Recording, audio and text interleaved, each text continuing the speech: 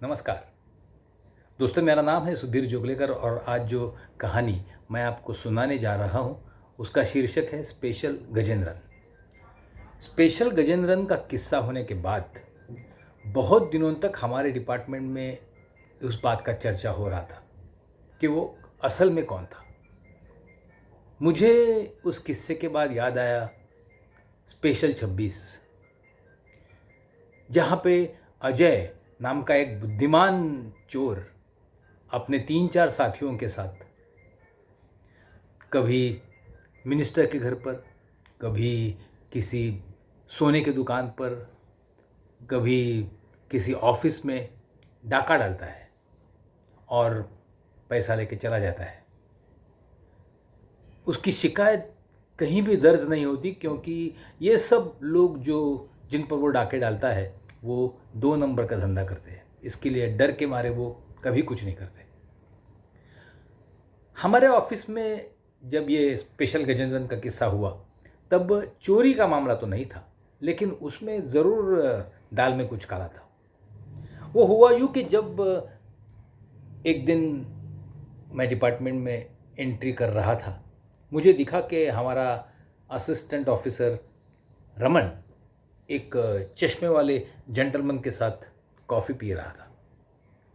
रमन किसी को कॉफ़ी पिला रहा है, यानी ज़रूर कोई इम्पोर्टेंट आदमी होगा, और मेरा शक सही था। रमन उस अफसर को लेके मेरे केबिन में आया।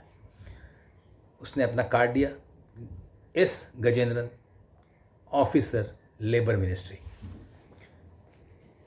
गजेंद्रन कहने लगा, सर ऐसा है कि आज हम आपके डिपार्टमेंट का सरप्राइज़ इंस्पेक्शन करने मैं यहाँ आया हूँ।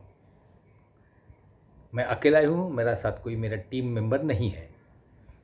तो क्या आप मुझे जो मेरे कागज़ पत्रों की ज़रूरत है, मैं उनको लिस्ट भी लाया हूँ, क्या आप दे पाओगे?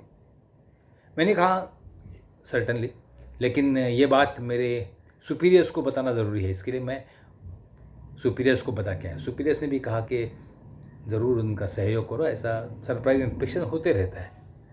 तो मैंने आके हमारे ऑफिसर्स और स्टाफ को बताया कि इनको जो कागजात चाहिए वो दे दिए जाए, क्योंकि हमारे सुपीरियर्स ने भी साफ शब्दों में कहा था। गजेंद्रन ने कुछ कॉन्ट्रैक्टरों की लिस्ट मांगी और वो एक टेबल पे सेटल हो गया। सबसे पहले तो उसने ये कहा कि जो कॉन्ट्रैक्टर आसपास में रहते हैं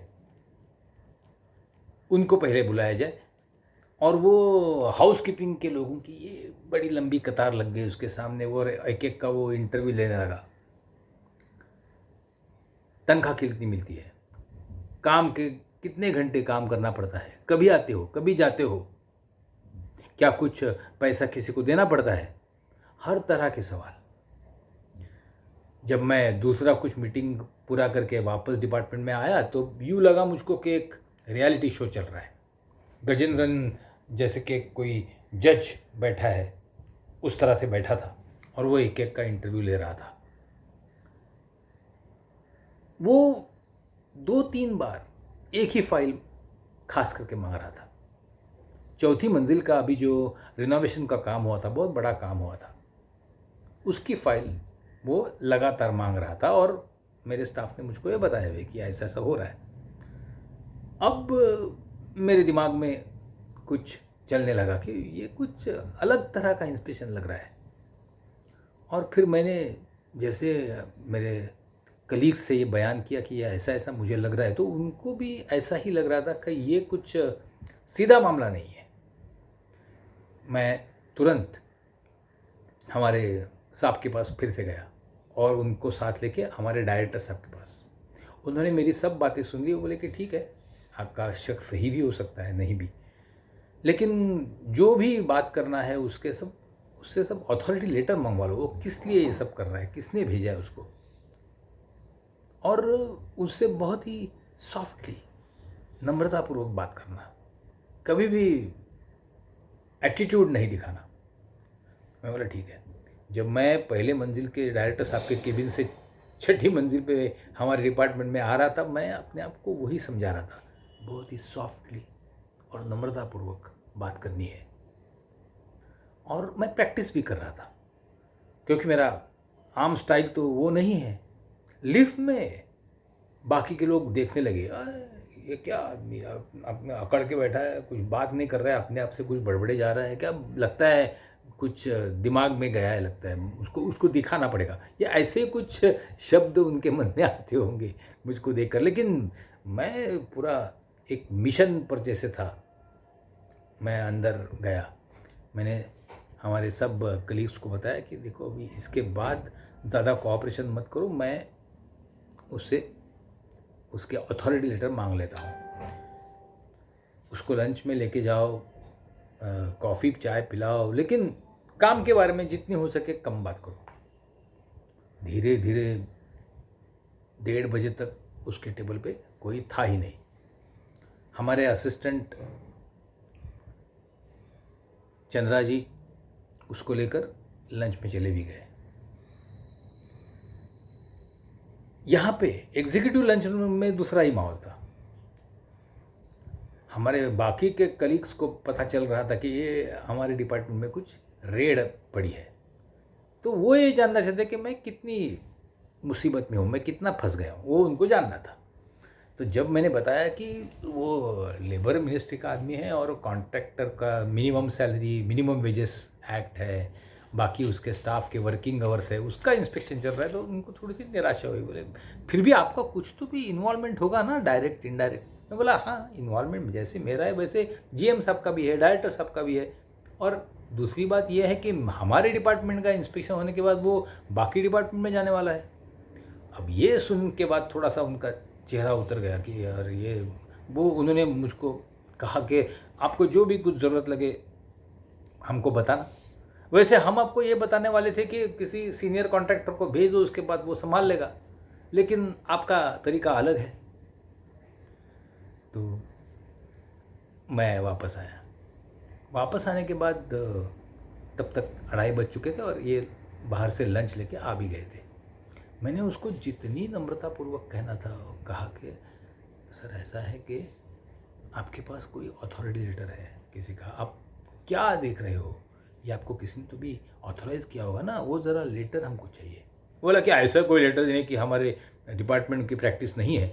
बराबर है, ठीक है, अच्छी बात है, लेकिन हमारे डिपार्टमेंट की प्रैक्टिस वैसे है, और ये जो मैं कह रहा हूँ वो मेरे सुपीरियर्स ने मुझको कहा है, मेरे कॉम्पिटेंट अथॉरिटी ने मुझको कहा है, इसके लिए मैं कह रहा हूँ। उसने झट से कुछ लेटर निकाला और मुझको दे दिया। मैं बोला कि ठीक है, मैं मेरे सुपीरियर साहब से बात करता हूँ, तब तक आप यही बैठिए। उतने में हमारी एक अफसर रंजिता अंदर आई। क्योंकि मैं बहुत ही सॉफ्टली बात कर रहा था और उसका कान मेरे मुंह के बहुत करीब था, तो उसको अब बाहर के एंगल से क्या दिखा क्या पता, वो देखते बड़ी एम्बरेस हो गई ऐसा लगा मुझे। और दरवाज़ा नॉक किया था, वो पट से चली गई। अब वो बाहर जाके क्या बताएगी, चलो ये मामला बाद में निपटाते हैं, रंजिता और बाकी लोगों को बताना पड़ेगा मैं क्या कर रहा था। ये सब मैंने उससे लेटर लिया और चलो जीएम साहब के साथ मिलते हैं करके मैं केबिन से बाहर ही निकल गया। अब उसको आना ही पड़ा मेरे साथ। तो जब वहाँ जीएम साहब के साथ वो हम चले गए और उन्होंने लेटर पढ़ा, ये क्या है, ये ग्रेच्युटी प्रोविजंस का लेटर है, ईडब्ल्यूएस डिपार्टमेंट का काम है, ये तो आपका कुछ काम है नहीं, आप गलत डिपार्टमेंट में गए गजेंद्र साहब। तो हमारे चंद्रा जी उनको लेके गए एम्प्लॉय वेलफेयर सेक्शन में। वहाँ के लोग गजेंद्रन को पहचानते थे, कभी वो आया था, और उन्होंने कहा कि चलो हमारे बेसमेंट में चलते हैं। बेसमेंट में ये लंबा गोडाउन है हमारा, और वो उधर से बोले कि आप यहीं बैठ जाओ, मैं चाय वगैरह भेजता हूँ, जितना मर्जी है उतना इंस्पेक्शन कर लेना। वो बैठ भी गया। फिर थोड़े समय के बाद वो जब वापस आया उसका बैग वगैरह लेने के लिए, तब चंद्रा जी ने तब तक पूरी छानबीन की थी। मैंने भी सीसीटीवी फुटेज देखा था। हमको ये पता चल गया था कि जब वो एंट्री कर रहा था तब उसके साथ 2 शख्स थे एचओ में, और वो 2 शख्स कौन थे वो उनको हमारे स्टाफ ने तुरंत पहचाना। जिस कॉन्ट्रैक्टर का कॉन्ट्रैक्ट अनसक्सेसफुल हुआ था, नंबर 2 पे था L2 पे था उसके ये लोग थे। यानी हो सकता है उसको जानना हो कि कॉन्ट्रैक्ट कौन से रेट पे गया, उसका कॉन्ट्रैक्ट कितने मार्जिन से हाथ से गया, ये सब उसको इन्फॉर्मेशन जानी थी, या बाकी और भी कुछ नेगेटिव बातें हो सकती है। तो उन्होंने गजेंद्रन को पकड़ा होगा, और वो गजेंद्रन भी दोस्ती के कारण या किसी और मकसद से इंस्पेक्शन पे आ गया। ये हमको पता चलने के बाद हमने ये देखा कि वो 4th फ्लोर पे वो दो लोग उसका इंतज़ार कर रहे हैं।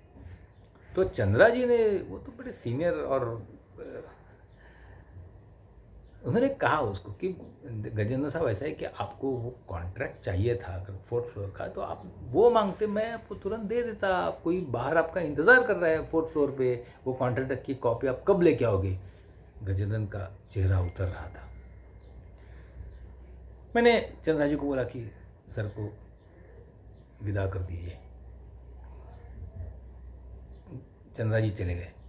लिफ्ट में जाते जाते चंद्रा जी ने उसको एक अपनी अंदाज में एक गुगली फेंकी कि हमारा साहब जो है वो ऐसे ही है, एक्शन से बताया।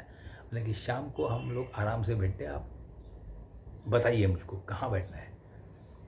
लेकिन गजेंद्रन समझ चुका था कि उसका गेम ओवर, उसको अभी ये दाव तो उसका फंस गया था। लेकिन लिफ्ट का दरवाज़ा बंद होते होते गजेंद्रन का पूरा गुस्सा जैसे उबल के आया, और वो चंद्रा जी से कहने लगा, मैं फिर आऊँगा, I will come back. Chandra ji हंसते हंसते मेरे पास आए, बोले वो स्पेशल गजेंद्रन, एस का क्या मतलब है उनको पता नहीं था। उन्होंने वो स्पेशल गजेंद्रन नाम जोड़ दिया, और वही उसको पास हो गया, उसका फिक्स हो गया उधर स्पेशल गजेंद्रन। बोला स्पेशल गजेंद्रन धमकी दे के गया है, इशारा, चेतावनी, कुछ भी हो सकता है, दे के गया है कि मैं फिर आऊँगा। तब तक लेकिन हम सब लोग समझ चुके थे। क्या है कि हमारे कंपनी के जो सिस्टम्स हैं वो इतने तगड़े हैं कि यहाँ पे कोई कैश की डीलिंग होती ही नहीं। सब हर एक व्यवहार का रिकॉर्ड किया जाता है। स्पेशल 26 में भी अफसर खान, सीबीआई अफसर खान, उसके 100 रुपये वो अज्जू लौटा ही देता है। बोला, कहता है कि मैं ईमानदार ऑफिसरों को नहीं छेड़ सकता, उनसे मैं पैसे नहीं लेता। वैसे ही जब तक आप ईमानदारी से कुछ काम कर रहे हैं, सब सफ़ेद व्यवहार है, वाइट में है, तब तक आपको डरने की कोई ज़रूरत नहीं। लेकिन ये ऐसे कुछ टेढ़े व्यवहार हो तो ज़रूर डरना चाहिए। क्या है कि बिजनेसमैन जो है उनको कभी कभी कॉन्ट्रैक्ट्स मिलते हैं, कभी कभी नहीं मिलते। उनकी अपेक्षाएं, उनकी उम्मीदें बड़ी लंबी छलांग मारने की होती है। तो उसको हमारे मराठी में एक कहावत है कि रात को आप सोते तो हो, लेकिन आपका दुश्मन रात को सोता नहीं। उसके लिए काम करने का वही समय है। तो हमेशा चौकन्ना रहे, ऐसा मुझे लगता है।